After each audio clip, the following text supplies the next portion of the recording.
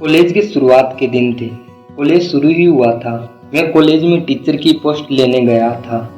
मैंने अपना डेमो हर एक क्लास में दिया और मैं कॉलेज में टीचर की पोस्ट पर सिलेक्ट हुआ। मुझे वहाँ पढ़ाते हुए लगभग 3 से 4 महीने हुए। मुझे फर्स्ट ईयर का क्लास टीचर बनाया गया। फर्स्ट ईयर के लगभग सभी बच्चे शरारती थे। सभी को छोड़कर मेरी नज़र एक लड़की पर गई। वो सिर्फ मेरी तरफ ही देख रही थी।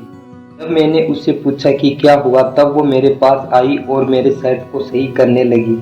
शायद मेरी कॉलर के पास कुछ लगा होगा और वापस जाकर अपनी सीट पर बैठ गई। क्लास के बच्चे बहुत शरारती थे। वो नई नई बातें बनाने लगे और ये बात बाकी के सारे टीचर्स को भी पता चल गई, लेकिन मुझे कुछ कहने की उनमें हिम्मत नहीं थी।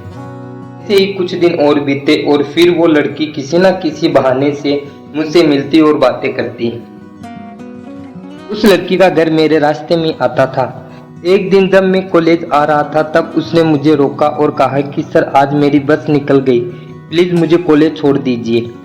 वो इतनी मासूम थी, मैं उसे मना नहीं कर पाया और अपने साथ ही कॉलेज ले आया।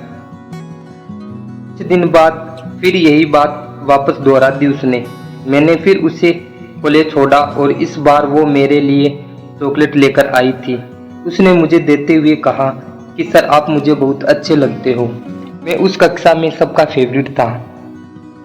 ऐसे ही धीरे धीरे वो लड़की मेरे करीब आने लगी। कभी मेरा शर्ट सही करती तो कभी मेरे बाल संवारती। मेरी वो हर बात मानने लगी, इसलिए वो मुझे भी अच्छी लगने लगी। क्लास में टॉपर थी वो, हर एक चीज में आगे। एक दिन उसने मुझसे कहा कि सर, क्या मैं घर से कॉलेज आपके साथ आ सकती हूँ और कॉलेज से घर जा सकती हूँ? तो मुझे बहुत मासूम लगती थी। मैंने उसे हाँ कह दिया। होली के दिन आए, सबकी छुट्टियां होने वाली थी। सभी बच्चे एक दूसरे के कलर लगा रहे थे। उसने अचानक से पीछे से आकर मेरे गालों को रंग दिया। फिर मैंने भी उसे गुलाल से रंग दिया। अब सभी बच्चे घर जाने लगे।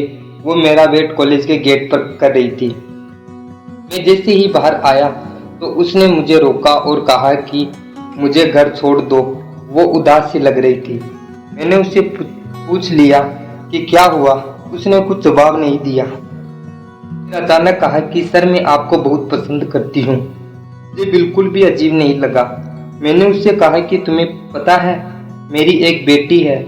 मुझे वह यही बात कहती है। उसने मेरे साथ जो भी एक्टिविटी की, मुझे कुछ भी कहा, मुझे बिल्कुल भी बुरा नहीं लगा।